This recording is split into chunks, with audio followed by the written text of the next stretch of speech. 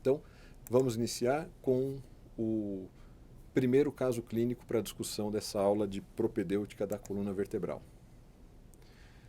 Primeiro caso, um paciente masculino, jovem, 34 anos, um rapaz previamente saudável, com uma queixa de eventuais crises de dor nas costas, sempre dor na região lombar há mais ou menos uns 3 anos. Primeiro quadro a primeira vez que queixou de crise foi depois de um jogo de futebol, um jogo mais pegado, depois que o corpo esfriou, dor nas costas, e ao longo desses 3 anos, algumas crises eventuais, mas sem nenhum episódio mais grave. Até que há 3 meses atrás teve o início de uma crise intensa de dor, ainda na coluna lombar, e mais recentemente, há 2 semanas atrás, além da dor na coluna lombosacral, passou a se queixar de uma irradiação para o membro inferior direito. E esse é o diagrama de dor. É importante em toda a anamnese, em toda a ficha de anamnese, isso é algo que eu costumeiramente pratico no consultório, é pedir para o paciente marcar qual é a região da dor dele e eventualmente fazer alguma observação. Então, paciente de frente e paciente de costas, a queixa dele é uma dor que vem da região lombar, passa no aspecto posterolateral da região glútea direita, irradiando no aspecto posterolateral de membro inferior direito, passando aqui pelo calcanhar, um pouco posterior, um pouco lateral, e vindo aqui para a parte do hálux, para a parte do dedão no pé direito. Então essa é a queixa de dor atual desse paciente do nosso caso clínico. Além dessa dor irradiada, ele vem queixando também de um formigamento importante na região do hálux do lado direito. E ele queixa também de que a dor dele piora quando ele se deita com o membro inferior direito estendido. Quando ele deita na cama, estica a perna, ele reclama que a dor piora. Ele tem que ficar numa posição lateral e com os membros inferiores fletidos para dar algum conforto a ele. E também conta uma melhora frustra, pouca melhora com os anti-inflamatórios não esteroidais e com o uso de relaxantes musculares, aí da classe da ciclobenzaprina ou carisoprodol, muito pouca melhora, não muda satisfatoriamente, e a pouca melhora que vem é por um tempo curto. E aí vamos iniciar então a questão da propedêutica da coluna vertebral. O exame físico, a propedêutica da coluna vertebral, nós vamos dividir em alguns momentos. O primeiro momento seria a inspeção do paciente, voltada naturalmente não só para a queixa dele naquela consulta, mas também avaliando alguns aspectos posturais, algumas atitudes do paciente que podem, às vezes, não estarem num primeiro olhar totalmente relacionado com a queixa dele, em termos de localização topográfica, anatômica, mas podem sim se relacionar com a causa ou até com alguma consequência daquele problema que é a queixa principal desse paciente. E aí, uma vez que fizemos a inspeção, o próximo passo seria a avaliação da ADM, da amplitude de movimento desse paciente. No caso dos problemas de coluna lombosacral, notadamente as amplitudes de movimento de tronco e de membros inferiores. E no caso da coluna cervical, as amplitudes de movimento da coluna cervical, do pescoço e dos membros superiores. Um terceiro momento são as manobras provocativas. Manobras provocativas são manobras que eu faço com o meu paciente para tentar reproduzir a dor dele. São, como o próprio nome diz, manobras provocativas. Eu vou provocar o estresse daquela estrutura, a qual eu tenho alguma suspeição que seja motivo do problema, da dor, da queixa do paciente, e através da provocação desta, o paciente vai me referir se tem uma dor, se tem uma dor parecida com a dele, ou eventualmente se tem alguma dor, mas não é uma dor que faz parte da queixa, é uma outra dor também, e isso vai juntar mais uma peça no quebra-cabeça do diagnóstico desse paciente. E o quarto momento, que é o momento que nós vamos nos ater aí com um pouco mais de detalhe, é a parte do exame neurológico da coluna vertebral. O exame neurológico da coluna vertebral, eu diria que é um dos passos fundamentais, se não o fundamental, na boa avaliação clínica, na boa abordagem diagnóstica desse paciente e, consequentemente, esses achados neurológicos do exame físico desse paciente também vão dar alguns dados prognósticos desse paciente, né, para o caso desse paciente, e também vai ditar qual que é o caminho que nós vamos seguir na terapêutica dele. Então vamos iniciar com a inspeção. A inspeção é o momento em que nós avaliamos a postura do paciente, e aqui o diapositivo está aqui para lembrar de alguns aspectos importantes, como, por exemplo, a altura dos ombros desse paciente. Existe um ombro mais alto que outro, existe uma rotação, existe um lado que pende mais. Consequentemente, quando eu avalio a altura dos ombros, eu também avalio a atitude dessa coluna, se existe uma atitude escoliótica, algum desvio. Nesse momento, eu também posso pedir para o paciente virar, e na imagem lateral eu consigo avaliar as curvaturas, as lordoses e as cifoses, se elas estão fisiológicas, se elas estão acima ou abaixo do esperado.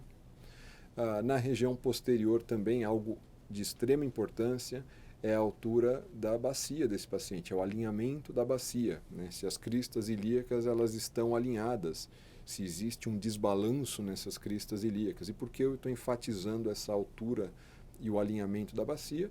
É que ela é a base da coluna, né? A coluna sacral, depois vai acima a coluna lombar, a coluna torácica, a coluna cervical, e se houver algum desnível na base dessa coluna, na bacia, na transição da lombar para a sacral, consequentemente, o resto da minha coluna ela vai ter que se adaptar através de curvaturas anômalas para que o meu olho fique alinhado ao horizonte.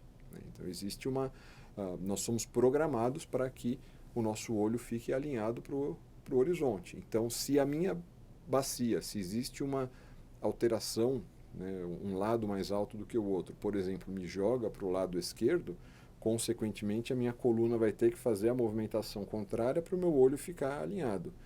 E essa movimentação vai causar uma dinâmica de forças diferentes de uma vértebra sendo transmitida em relação à outra.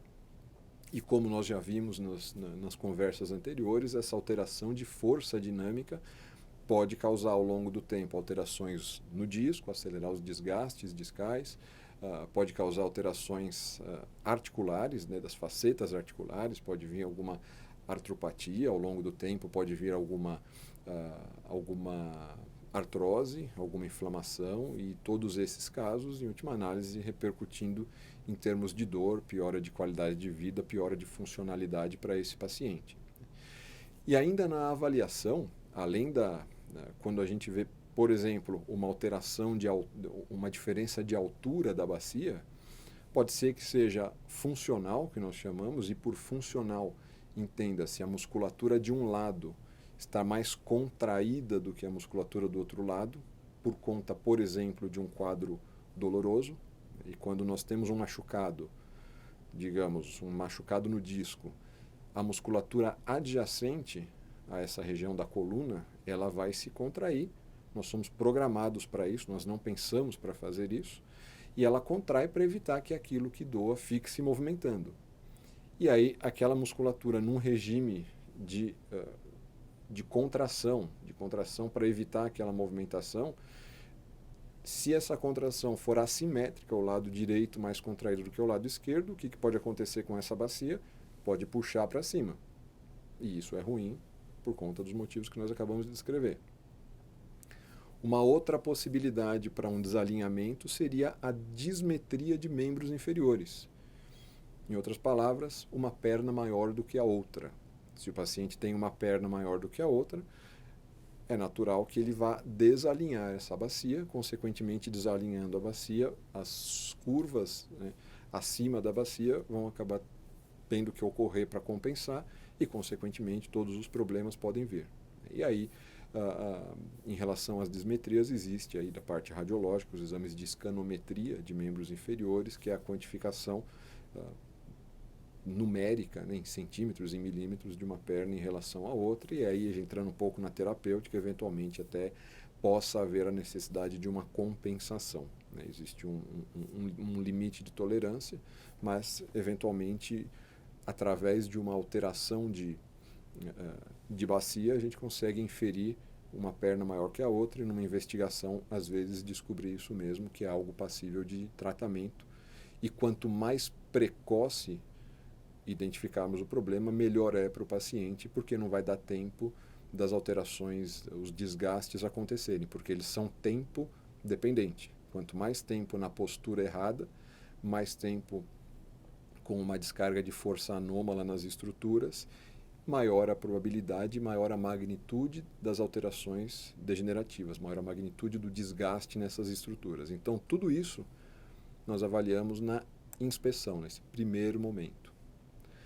No caso do paciente, exemplo, né, no caso desse paciente do caso 1, ele tinha uma postura antálgica. O que é a postura antálgica? Antálgica é contra a dor. Postura antálgica é a postura que aquele paciente assume para fugir da dor.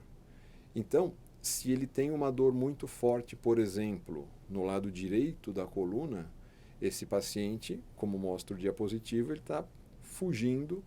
E aí você pode até pensar que é uma escoliose, mas às vezes não é uma escoliose estrutural, não é uma dismetria, não é uma alteração da conformidade daquela coluna, mas é uma postura antálgica. O paciente está se defendendo. No caso, então, do paciente em questão, a avaliação, a inspeção dele demonstrava que ele pendia, ele descarregava mais peso para o lado esquerdo.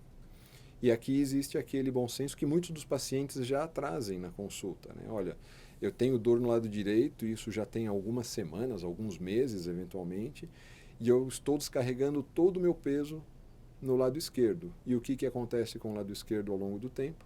Começa a sobrecarregar quadril, joelho, tornozelo, eventualmente a coluna, a bacia do lado esquerdo. Então, esses desbalanços de força muscular, essa postura antálgica tem que ser valorizada como um sinal de que algo errado está acontecendo, e ela tem que incitar uma pronta resposta da pessoa da equipe de saúde que está tratando aquele paciente para corrigir o problema, porque outros problemas tempo dependentes podem aparecer em decorrência dessa alteração postural.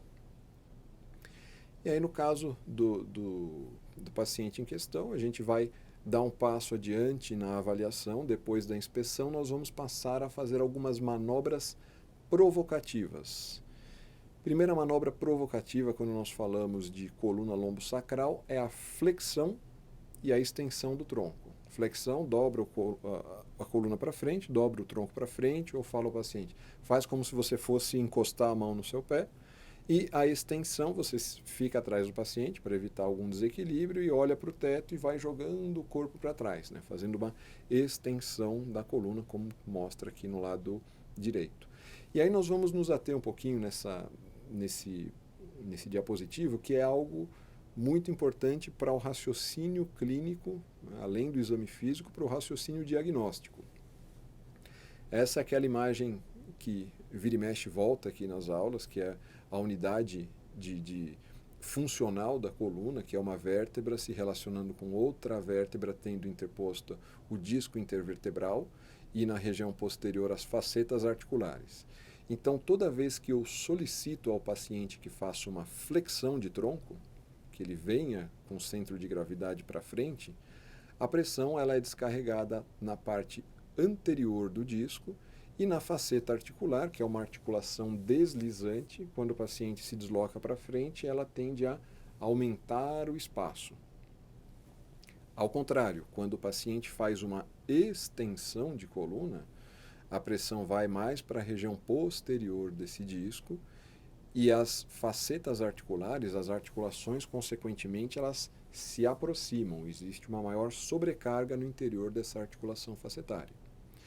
Então, de maneira geral, o raciocínio clínico, e aí vale a pena fazer um parênteses, que é, na coluna vertebral não existe nenhum sinal patognomônico de nada. Patognomônico significa aquela alteração que o paciente apresenta só pode ser X diagnóstico. Isso não existe na coluna. Então, são vários várias peças no quebra-cabeça que nós vamos juntando e algumas tendem mais para um diagnóstico, aumentam a probabilidade de um diagnóstico em detrimento de outro.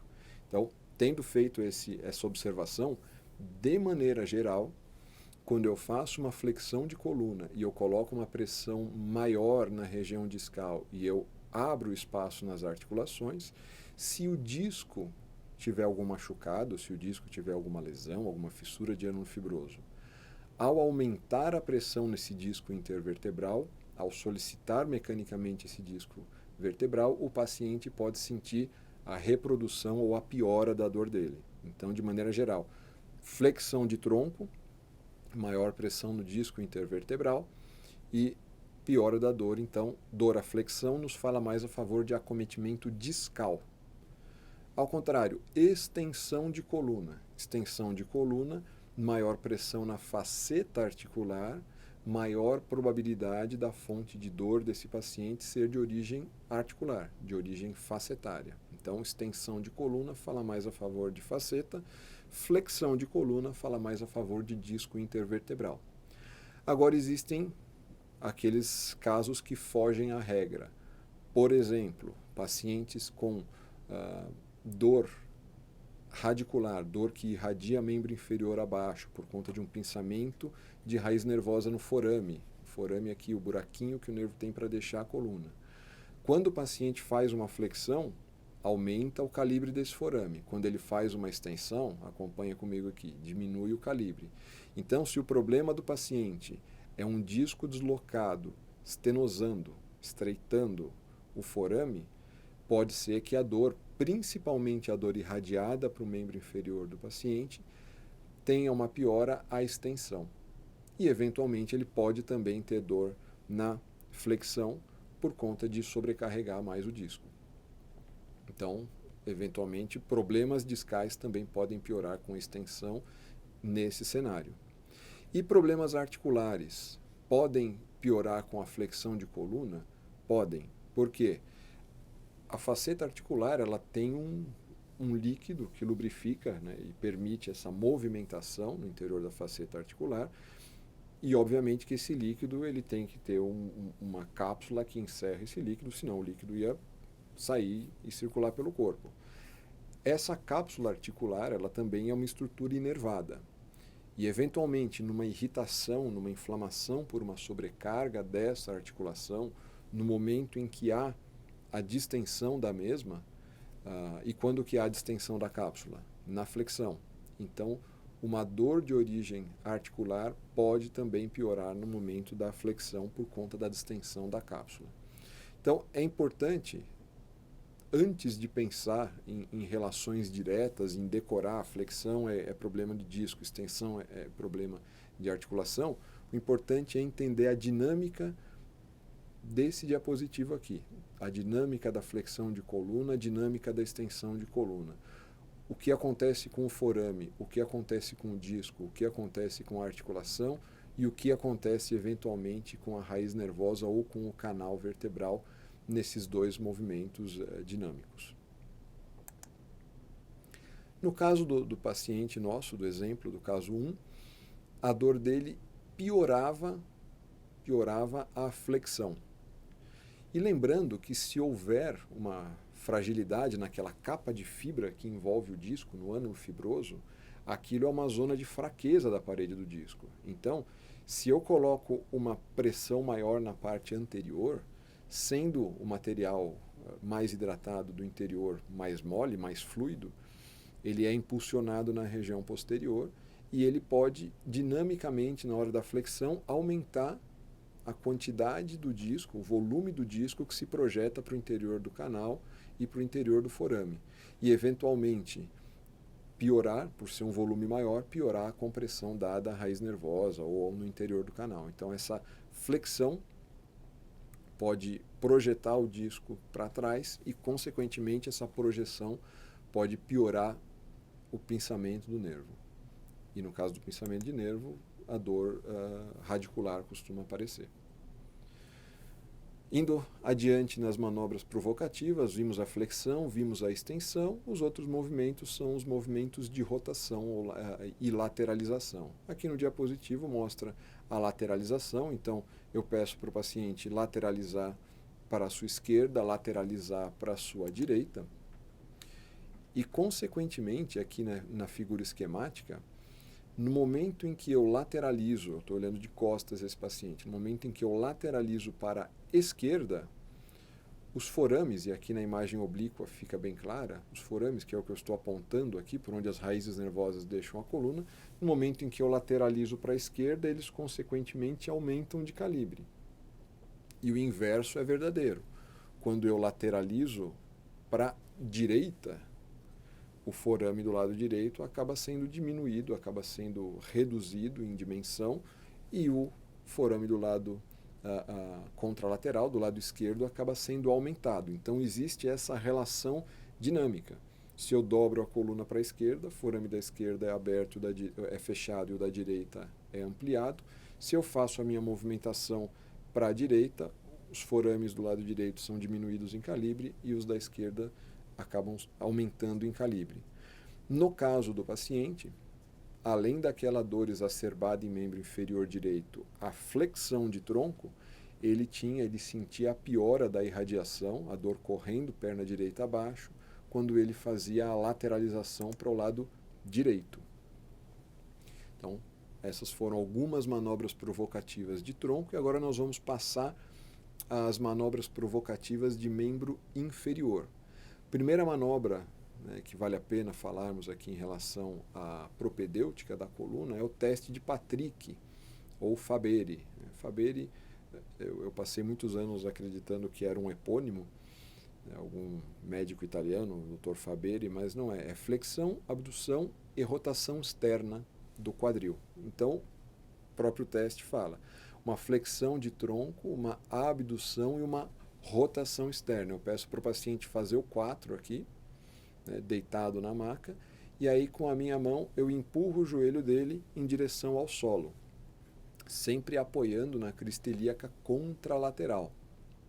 O teste de Fabry, ele de maneira geral, acaba tendo uma positividade ipsilateral ao membro que eu estou fazendo a pressão em direção ao solo, quando o paciente tem algum acometimento coxo-femoral. Então é um exame importante para a gente tentar diferenciar um pouquinho o que é dor de origem do quadril coxo-femoral e o que é dor de origem lombo-sacral. Então o teste de Fabry ele ajuda nisso, ele pode ajudar sendo um elemento a apontar mais para coxo-femoral ou mais para a coluna vertebral, ou mais para a articulação sacroiliaca. Normalmente, quando nós fazemos esse movimento, se o paciente sente uma dor na coluna contralateral, né, posterior, do outro lado, do lado onde eu estou estabilizando essa bacia do paciente, fala mais a favor de uma alteração da articulação sacroiliaca, que é uma outra possível fonte de dor. Eu estou fazendo uma alavanca e essa alavanca está sobrecarregando a articulação sacroiliaca do outro lado.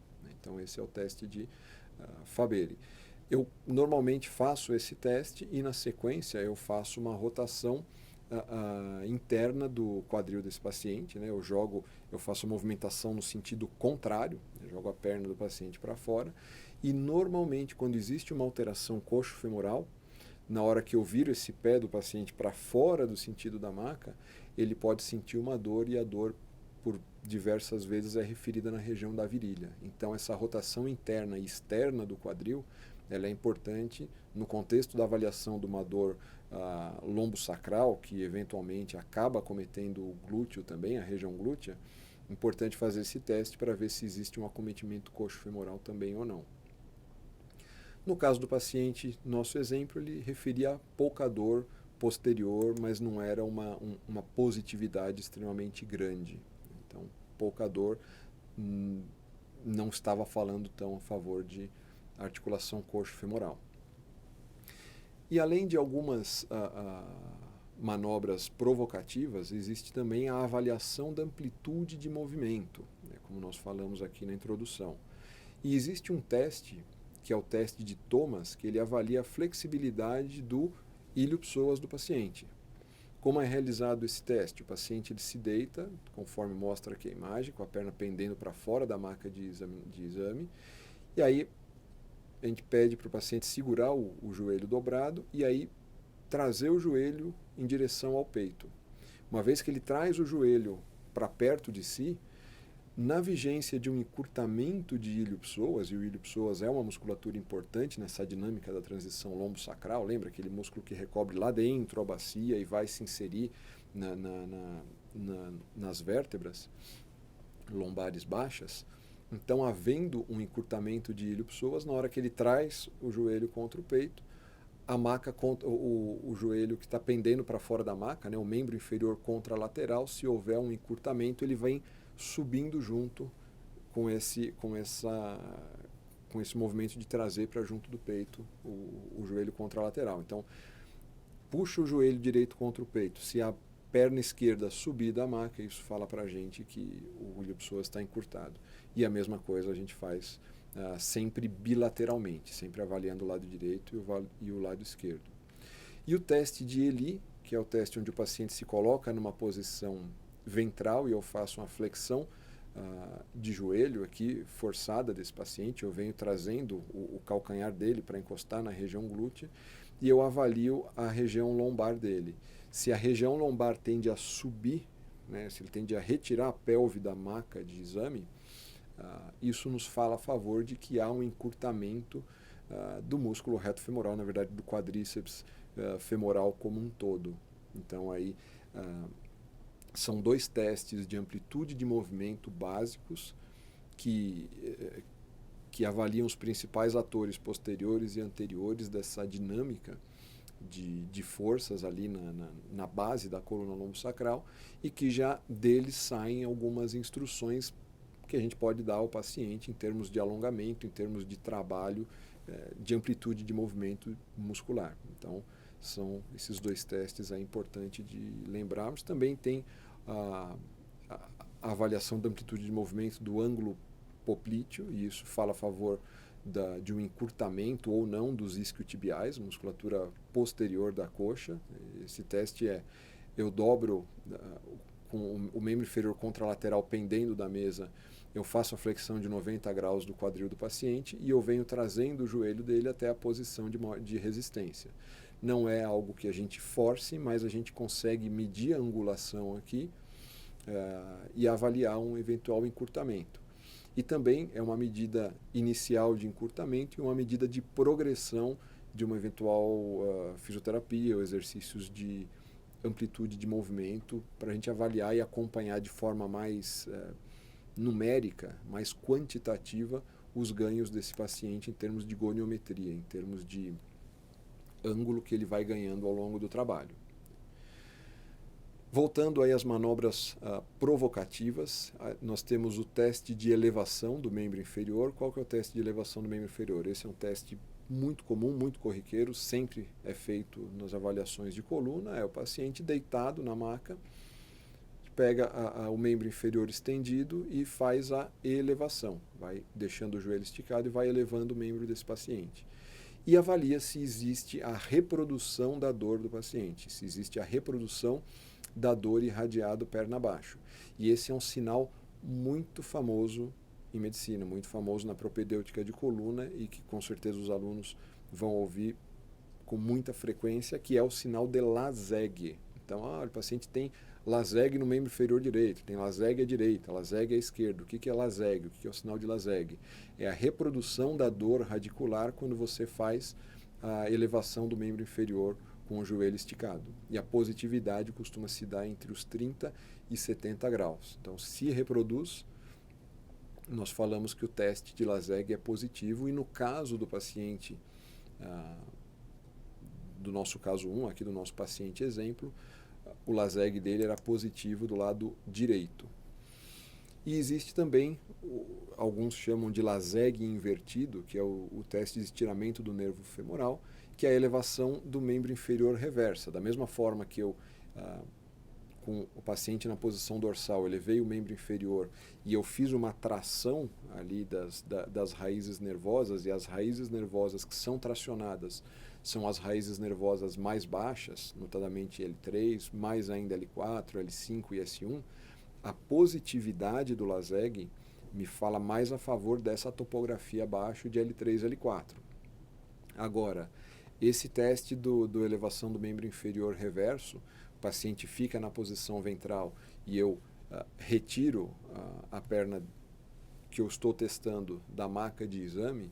Se houver a positividade, eu estou testando o estiramento mais do nervo femoral, consequentemente testando as raízes nervosas mais altas, acima de L3 e L4. Então, numa eventual radiculopatia, por exemplo, L2 ou L3, o LASEG pode ser negativo e a elevação de membro inferior reverso pode ser positiva. Então, são dois testes para avaliar, na mesma lógica, o estiramento da raiz nervosa, entretanto, em topografias de coluna, né, em topografias especificamente da coluna lombosacral, distintas. Alguns outros sinais, que aí são sinais que acabam sendo feitos, né, vamos colocar como uma segunda linhagem de exames para sensibilizar um pouquinho, se o examinador ficou com alguma dúvida, por exemplo, a gente pode lançar mão de alguns outros exames, que é, por exemplo, o sinal de bowstring. O que é o sinal de bowstring? A gente deixa, a gente faz a elevação do membro inferior, e aí o paciente aqui, no caso à direita, sentiu a dor, a gente faz uma flexão leve do joelho aqui, mais ou menos 20 graus, uma flexão leve do joelho, e aí eu vou buscar na fossa poplítea o nervo tibial e eu vou comprimir. Então eu liberei a pressão e aí com o meu dedo eu vou lá e faço novamente uma pressão no tibial para avaliar se reproduz o sintoma desse paciente ou não. Então é um teste aí de segunda linha, se eu quiser ou ter uma confirmação do meu LASEG, ou se por algum motivo ficou alguma dúvida, eu quero ter um teste a mais, lembrar do sinal de bowstring. Um outro teste que a gente pode sensibilizar mais o LASEG é: o paciente teve LASEG positivo, eu volto um pouco esse membro inferior e eu faço a dorsiflexão desse tornozelo. Eu puxo o peito do pé desse paciente em direção à cabeça. Com isso, na região posterior aqui, eu estou estirando os nervos e, consequentemente, causando aí um estiramento nas raízes que formam o nervo ciático. Então, mais um jeito de testar, né, um outro exame que acaba vindo para sensibilizar um pouquinho mais ou para ter uma informação redundante em relação a um teste de LASEG positivo, por exemplo. Existe a manobra de Linder também, que é nessa posição onde o paciente sentiu a dor, eu volto um pouquinho e aí eu faço a flexão, ajudo o paciente a fazer a flexão da cervical. Quando eu faço a flexão cervical, eu acabo estirando mais as raízes nervosas na região posterior e também pode sobrevir uma positividade no teste. Todos esses testes todas essas manobras são manobras que eu faço para aumentar, se pensarmos aí na anatomia, para aumentar essa pressão, aumentar esse estiramento, aumentar essa força que eu estou dando nessa raiz nervosa, nesses nervos. E aí algumas outras manobras, que é o sinal de Kernig e Brusinski, que são sinais mais para avaliar a questão de meningismo, né? Às vezes, num contexto de problemas de coluna, de radiculopatia, de mielopatia, existe alguma inflamação mais geral da coluna, podendo até causar o meningismo. O meningismo é a inflamação da meninge, aquele saco que envolve e que protege todo o sistema nervoso e que mantém lá dentro dele o líquor, né? Então, o teste de Brudzinski, o que é? A gente dobra o paciente deitado, dorsal, decúbito dorsal, faz a flexão cervical, o paciente sente dor na região posterior de coluna e, eventualmente, até ele dobra o joelho para aliviar um pouquinho a pressão. Esse teste eu faço uma pressão mais equilibrada ao longo de toda a meninge, ao longo de toda a região posterior. Então, é um teste mais para avaliar a situação da meninge, né? E o sinal de Kernig, além do Brudzinski, que é paciente deitado, eu faço a flexão do quadril a 90 graus e aí eu vou estendendo e fletindo a perna desse paciente e eu avalio se ele se aparece alguma dor na região posterior, normalmente região torácica, cervical, toda a região posterior, toda a região da coluna desse paciente. Em vigência de uma positividade nesse sinal, isso me fala a favor de um meningismo, de uma inflamação da meninge, um problema mais disseminado. Não exclui algo local, mas me fala a favor de outros diagnósticos inflamatórios, infecciosos, etc., que acometem toda a meninge e que acabam irritando, né, inflamando a meninge, a coluna como um todo. E uma outra manobra, né, que é a chamada manobra de Valsalva, que a gente pode, que basicamente é o aumento da pressão abdominal do paciente, piorando o sintoma radicular. Quando aumenta a pressão no abdômen, acaba piorando a dor irradiada desse paciente na coluna lombosacral e, consequentemente, a dor radicular e membro inferior, né? Que nós podemos fazer segurando a perna do paciente, pedindo para ele fazer como se fosse um abdominal, tentando levantar da maca, ou a manobra de Valsalva pode ser pesquisada com dados da anamnese, que é quando você vai no banheiro, senta no vaso, que é um espaço baixo, para fazer força de evacuação, vem a dor da raiz nervosa, né, vem a dor na perna, vem essa alteração neurológica ou não. E o paciente, por muitas vezes, fala, olha, ir no banheiro para mim é um suplício, porque existe esse aumento da pressão abdominal. A pressão abdominal aumentada também pode fazer com que se desloque, ainda que milimetricamente, aquele disco, e a pressão por 1 milímetro que se desloque o disco em cima de uma raiz nervosa já é sim capaz de deflagrar a dor desse paciente, a dor radicular, a dor do nervo pinçado. Então, lembrar da manobra de Valsalva. E existe também, fazendo um parênteses aqui, alguns sinais de simulação, né? Sinais de simulação, o que são sinais de simulação? São sinais de que o paciente está simulando. Infelizmente, né? Enfim, a realidade é que os problemas de coluna eles são tão disseminados e também existem outras esferas não orgânicas, não neurológicas, não mecânicas, que não têm a ver com vértebra, disco, nervo, raiz, medula, nada disso, mas que são do aspecto psíquico ou até eventualmente ganhos secundários conscientes mesmo por parte de pacientes que querem mimetizar uma positividade daquele teste para ter algum ganho secundário com um diagnóstico, né? Então, existem alguns testes para a gente tentar avaliar se o paciente está ou não simulando. Um deles é o teste de Hoover. O teste de Hoover é, o paciente fala, olha, eu não consigo mexer a perna porque realmente eu tenho muita dor. Você segura os 2 calcanhares do paciente e aí você fala, está com fraqueza ou está com dor, não consegue mexer, a perna está morta. Então me levanta a perna esquerda, no caso aqui do exame. Quando o paciente realmente tem uma fraqueza, você sente que a perna contralateral ele finca contra a mesa para tentar ganhar força para levantar o membro que ele está referindo que não tem força. Na eventualidade de você não sentir que o paciente está fazendo aquela força, isso já faz pensar que às vezes ele está simulando aquele sintoma de perda de força em membro inferior. Então, às vezes, claro que a história normalmente costuma chegar um pouquinho quadrada, né? Mas é importante sempre avaliar, né? E na dúvida a gente sempre, obviamente, acredita nos dados que o paciente traz. Mas se começam a aparecer alguns outros elementos na história, existem esses outros testes aí que a gente chama testes de simulação. Um outro teste de simulação em coluna lombosacral é o teste de Burns, né, que a gente pede para o paciente ajoelhar numa cadeira, por exemplo, e pegar um objeto no chão. Normalmente, nos casos de problemas de coluna, o paciente está numa posição de flexão de quadril muito maior do que de coluna lombosacral. E a movimentação de membro superior, ela é possível. Então, o paciente, teoricamente, conseguiria pegar sem grandes limitações por conta da coluna lombosacral. Na eventualidade do paciente, não consigo, piora a dor na lombar está muito forte, uma positividade nesse teste de Burns também fala a favor aí de uma possível simulação no quadro.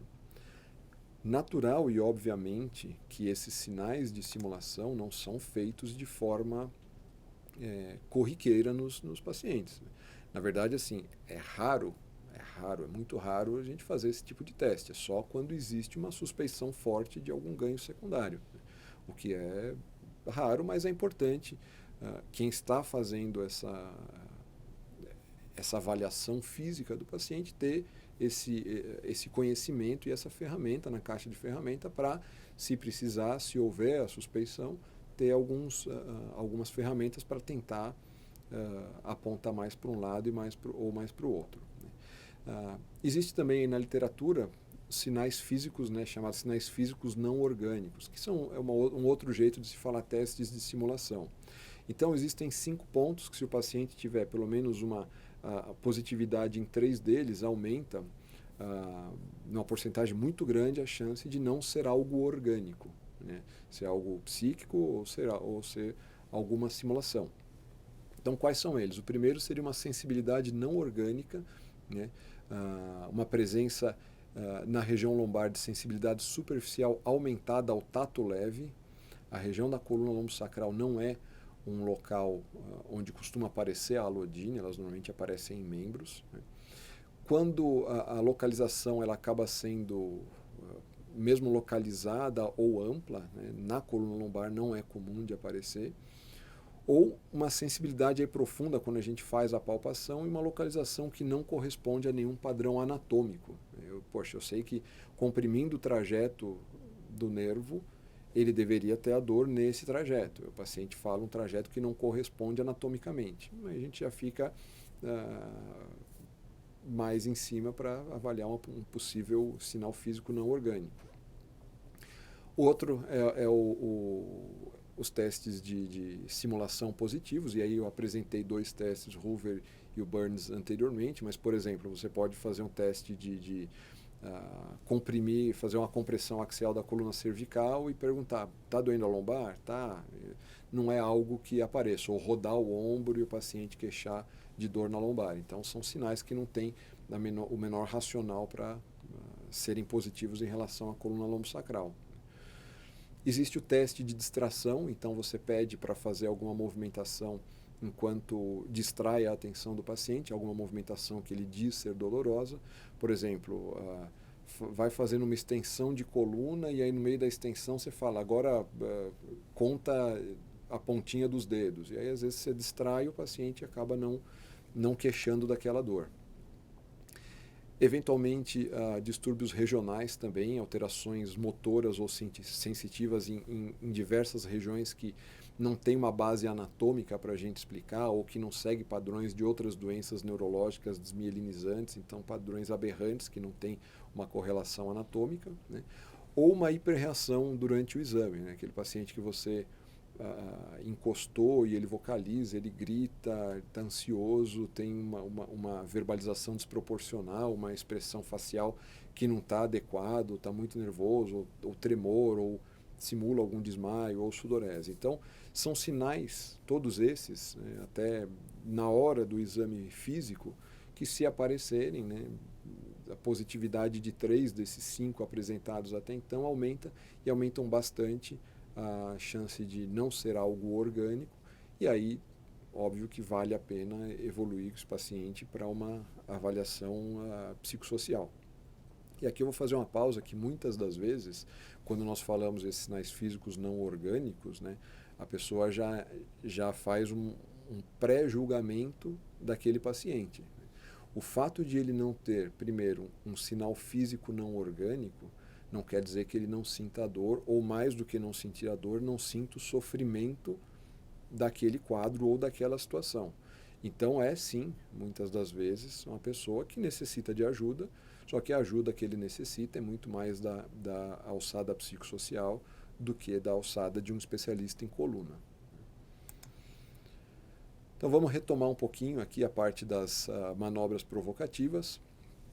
E eu estava falando da coluna lombar, vamos subir um pouquinho, falar de alguns testes clássicos de forma mais breve, para não estender muito, em relação à coluna cervical. Então existe o sinal de Sperling, ou teste de máxima compressão, onde quando o paciente tem, por exemplo, uma dor radicular em membro superior direito, né, uma dor por conta de um pinçamento radicular no pescoço, lado direito, que irradia para o membro superior direito, eu posso, por trás do paciente, fazer uma rotação, uma leve extensão e fazer uma pressão axial na cabeça desse paciente.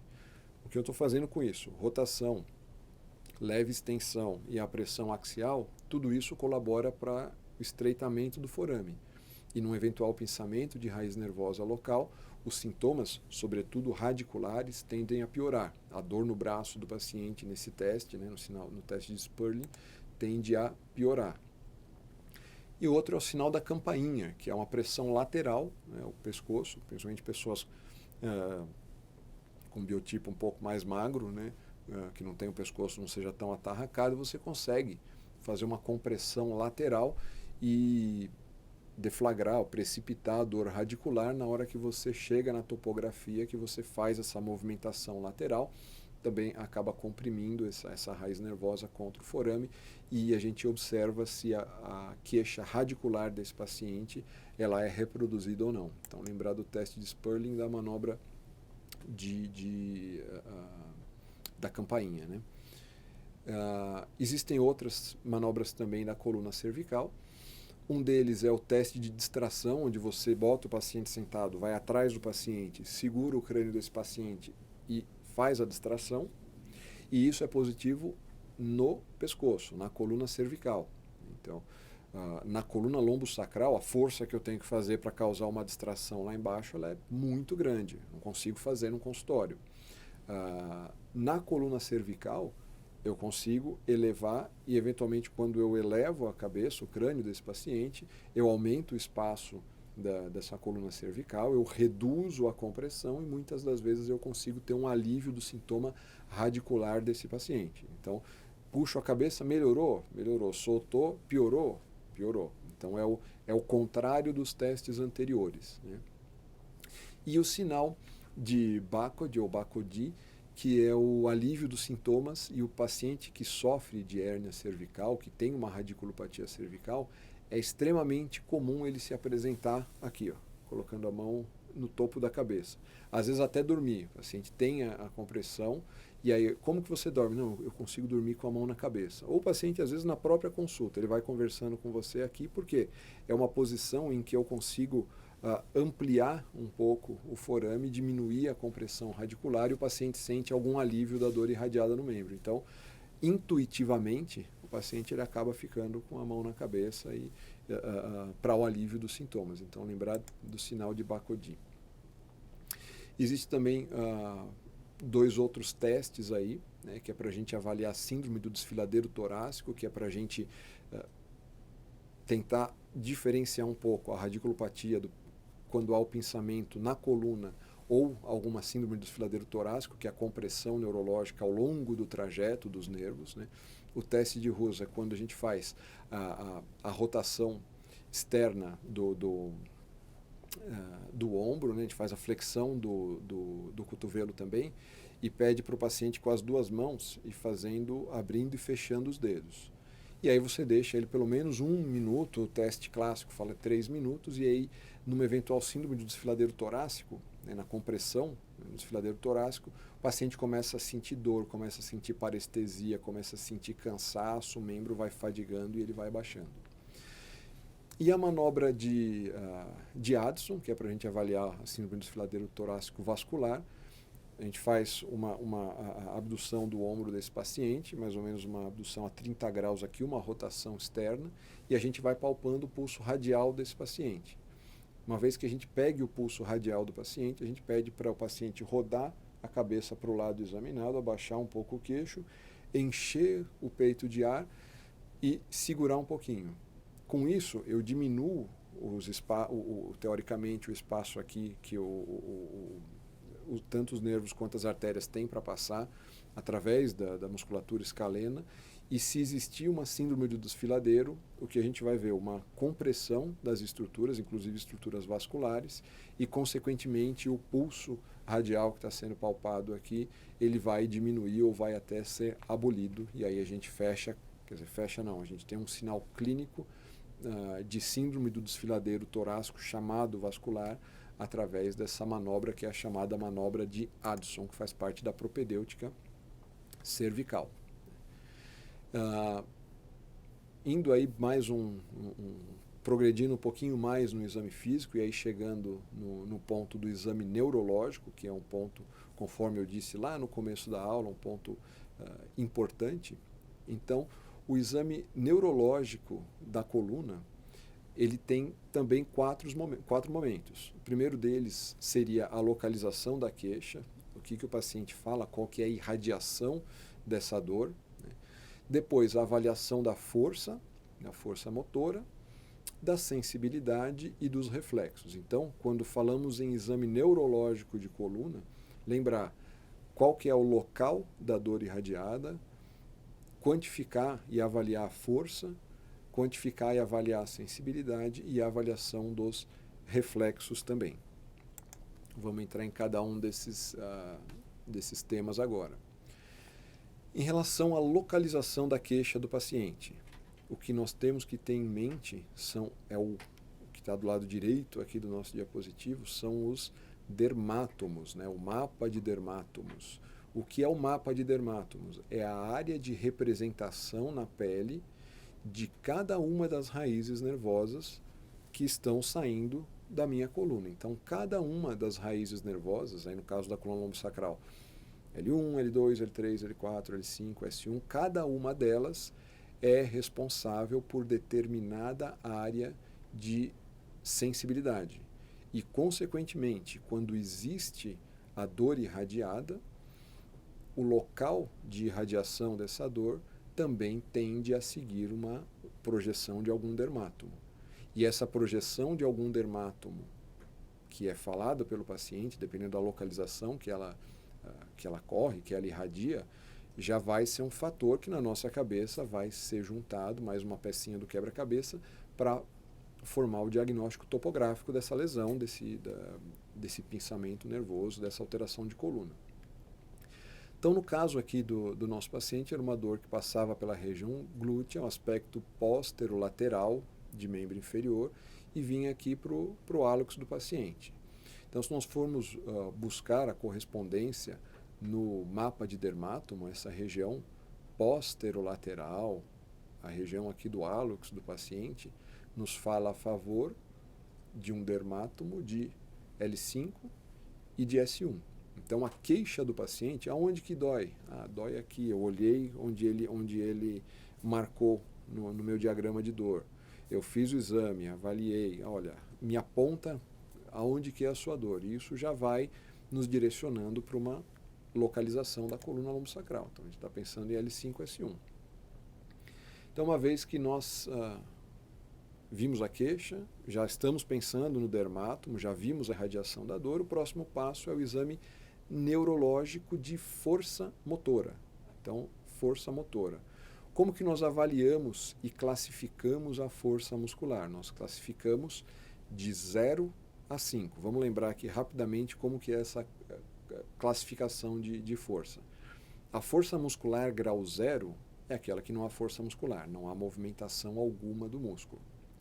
A força muscular grau 1 é aquela que eu peço para o paciente movimentar o músculo, eu vejo, né, visualmente, há uma fasciculação ou alguma contração no músculo, mas esse músculo ele não se movimenta absolutamente. Então essa é a força grau 1. Qual é a força grau 2?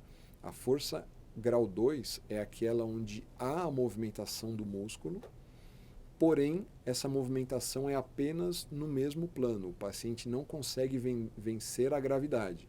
Então, assim, o paciente está com a mão apoiada na maca, por exemplo, eu falo, contrai aqui o bíceps. O que ele faz? Ele contrai o bíceps, ele consegue jogar a mão de um lado para o outro na maca.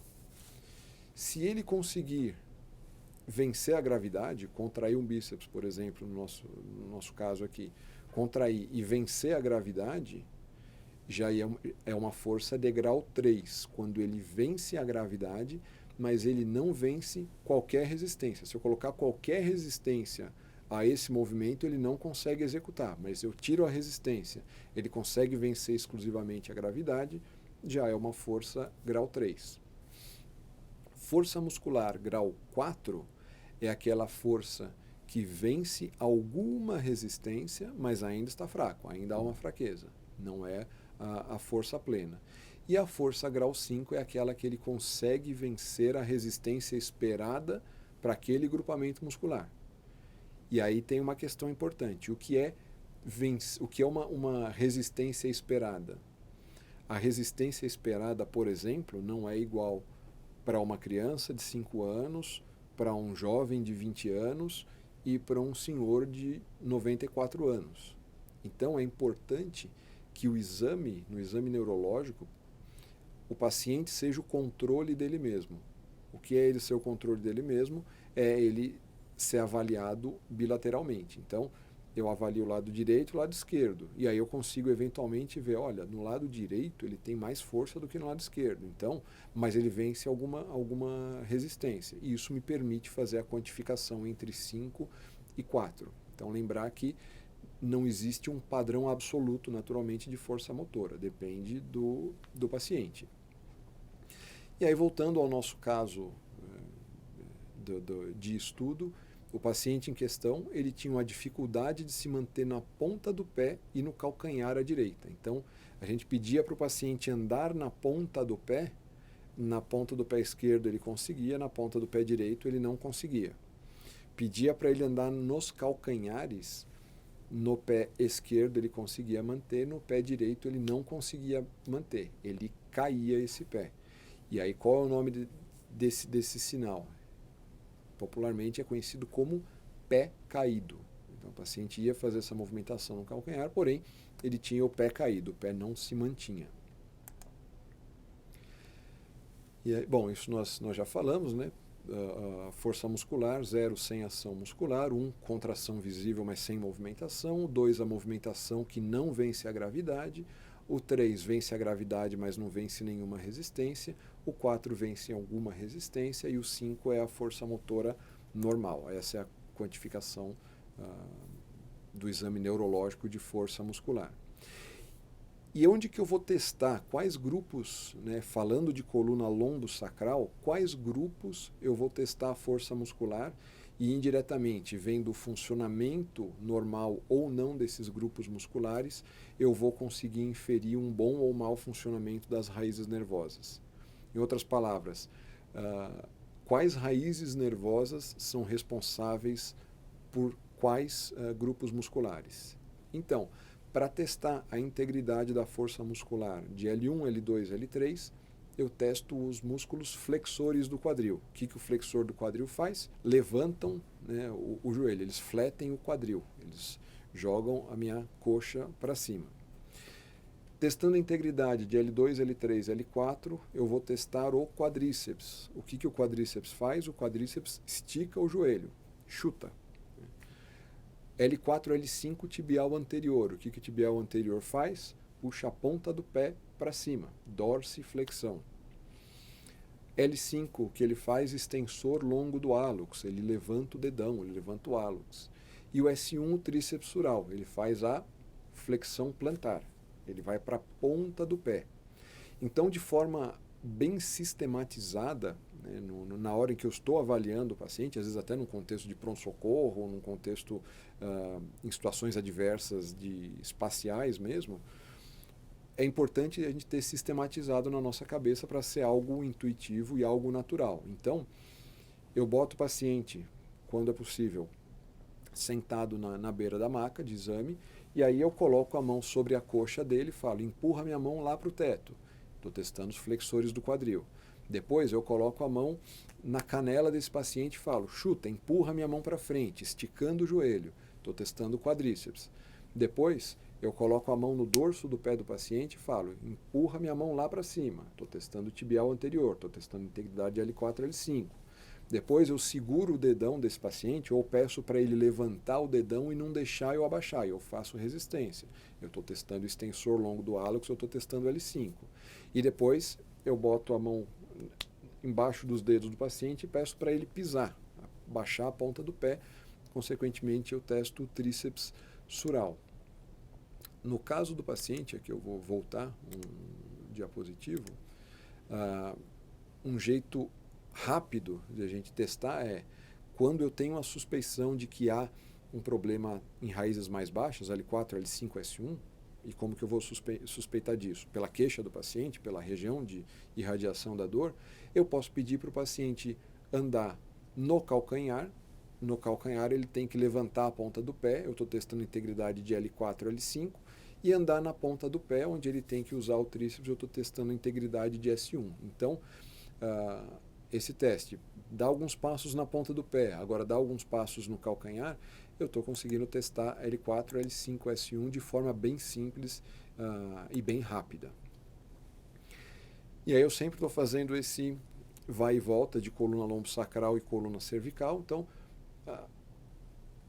quais são os músculos que eu testo e quais são as vias, quais são as raízes nervosas responsáveis por cada movimentação na coluna cervical. Então, o teste de C4 eu testo a elevação dos ombros, no teste de C5 a abdução dos ombros, C6 a flexão do cotovelo e a extensão do punho, C7 a extensão do cotovelo e a flexão do punho, C8 a extensão do polegar e dos dedos e T1 os músculos intrínsecos da mão. Então, de forma também bem sistemática, como eu testo, né, num ambiente real essas forças musculares. Coloco a mão nos ombros do paciente, empurro a minha mão para o teto, levantando os ombros, seguro na lateral do braço do paciente e falo, abre a asa, né, empurra a minha mão para fora, abre aqui e eu faço uma resistência. Depois a flexão no cotovelo faz o muque e não deixa eu abrir. Eu peço para ele segurar e vou tentando abrir essa mão. Ou eu posso segurar no dorso da mão e pedir para ele empurrar contra a resistência a mão para cima. Depois eu vou testar C7 com a extensão do cotovelo, eu peço para o paciente estender o braço e eu vou tentar dobrar, eu vou tentar fazer esse movimento, né, pôr uma mão aqui e a outra tentar dobrar e peço para ele resistir esse movimento. C8 a extensão do polegar, eu peço para o paciente abrir bastante a mão e não deixar eu fechar. E T1 eu peço para o paciente segurar a minha mão bem forte e não deixar tirar. Alternativamente também eu posso testar C8 e T1, né, fazendo um ok com o indicador e fazendo um ok com o dedinho e pedindo para ele resistir ao movimento de eu abrir esse anel feito aqui. Então, de forma bem sistemática, eu testo essas raízes nervosas aí, sempre, lógico, tentando afunilar o meu diagnóstico para uma região topográfica específica do paciente. Então, vimos a queixa do paciente, vimos e quantificamos a força muscular e o próximo passo é avaliar a sensibilidade. No caso do paciente, ele tinha uma sensibilidade diminuída no hálux à direita e na face lateral da perna e da panturrilha direitas também, tudo em membro inferior direito. Então, o que é importante para a gente saber, além do dermátomo, é que existem algumas regiões chaves para a gente testar essa sensibilidade. Lembrando que a sensibilidade, se nós formos ver pelo livro de neurologia, a gente tem que testar a sensibilidade tátil, térmica, dolorosa, vibrátil, existe uma série de modalidades. De forma geral, num ambiente, vamos dizer assim, de vida real, a gente acaba testando com o que tem à mão. Então, sensibilidade tátil, eventualmente, se você está no consultório, você pode testar com aquela rodinha com vários espetinhos para testar a sensibilidade dolorosa e eventualmente com um diapasão para testar uma sensibilidade profunda, vibratória, né? Mas o que é importante são as regiões, né, que a gente vai fazer esses estímulos para testar a sensibilidade do paciente. E sempre, assim como na força muscular, o paciente é o controle dele mesmo. É bilateral, testo lado direito, testo lado esquerdo, lado direito, lado esquerdo. Então, quais são as regiões onde nós vamos fazer o teste de sensibilidade? No caso da coluna lombosacral, face medial distal da coxa, eu estou testando a sensibilidade de L3. Né? Antes disso, L2 é na região inguinal, aqui mais alto, mas enfim. Face medial distal da coxa, L3. A face medial da perna, aqui embaixo, a gente está testando pelo lado de dentro, medial L4. A face lateral da perna, né? Parte de fora da panturrilha, L5. E a parte de trás, a panturrilha, né? S1. Então, de forma sistemática, o teste a gente pensa nas raízes lombares de dentro para fora. A gente vai fazendo um movimento de dentro para fora. Medial da coxa L3, medial da perna L4, lateral da perna L5, panturrilha S1. E às vezes o paciente está deitado, por exemplo, pronto-socorro, preciso avaliar, o paciente está na maca. Existe algum jeito de eu testar, assim como eu testo andar na ponta do pé e andar no calcanhar, quando eu tenho uma suspeição de que há raiz nervosa baixa, L4, L5 ou S1 acometida? Sim, eu consigo testar de forma mais prática L4, L5, S1 através, tendo acesso aqui na parte distal do paciente, da canela e no pé do paciente. Eu posso testar o maléolo medial, onde eu estou testando a integridade de L4, o dorso do pé de L5 e a face lateral aqui do calcanhar, a parte de fora do calcanhar, eu testo S1. Então eu vou lá, maléolo medial, dorso e lateral do calcanhar, L4, L5, S1. E nos membros superiores eu testo C4 na base do pescoço e ombros, C5 no epicôndilo lateral, C6 no polegar, C7 dedo médio, C8 no mínimo, T1 epicôndilo medial e T2 na região axilar. Então a gente lembra que na coluna lombosacral, na perna, de forma mnemônica, nós viemos de dentro para fora, e pensando na posição anatômica, como o dermátomo está aqui, na região cervical, nas raízes cervicais, a gente vai de fora para dentro. A gente vai de fora para dentro. Então, C4, C5, C6, C7, C8, T1 e T2. Ombro, epicôndilo lateral, polegar, dedo médio, dedo mínimo, epicôndilo medial e axila. Então a gente faz a volta de fora para dentro. E de forma bem sistemática e bem tranquila, a gente avalia mais esse dado do exame neurológico. Então, vimos a queixa desse paciente, ouvimos qual é o trajeto de irradiação, pensamos em termos de dermátomo, avaliamos a força muscular, quantificamos essa força muscular, avaliamos essa sensibilidade. E o quarto aspecto do exame neurológico é a avaliação dos reflexos. E quais são as raízes nervosas, a integridade da via das raízes nervosas que eu testo com o exame de reflexo. No tendão patelar, percutindo o tendão patelar, eu estou testando a integridade de L3 e de L4. E no aquileu, S1. E aqui no aquileu é interessante porque praticamente S1 é uma das únicas vias que medeiam esse arco reflexo. Então, uma diminuição do reflexo aquileu já nos fala muito mais a favor de uma alteração, de um mau funcionamento de S1. Então, a avaliação das raízes nervosas lombosacrais pelos reflexos, importante a gente lembrar de reflexo patelar e do reflexo aquileu. O que é o arco reflexo? Eu faço o estímulo e o estímulo ele chega até o corno posterior da medula. Ali no corno posterior da medula existe uma sinapse que volta e dá o comando para a perna fazer a movimentação. Claro que existe também uma via, na hora que faz essa sinapse, vai um comando ascendente e do cérebro para baixo vem um comando para falar, olha, não precisa movimentar para esse movimento. Mas esse primeiro reflexo aqui, ele é intuitivo, ele é uma sinapse no corno posterior, é automático.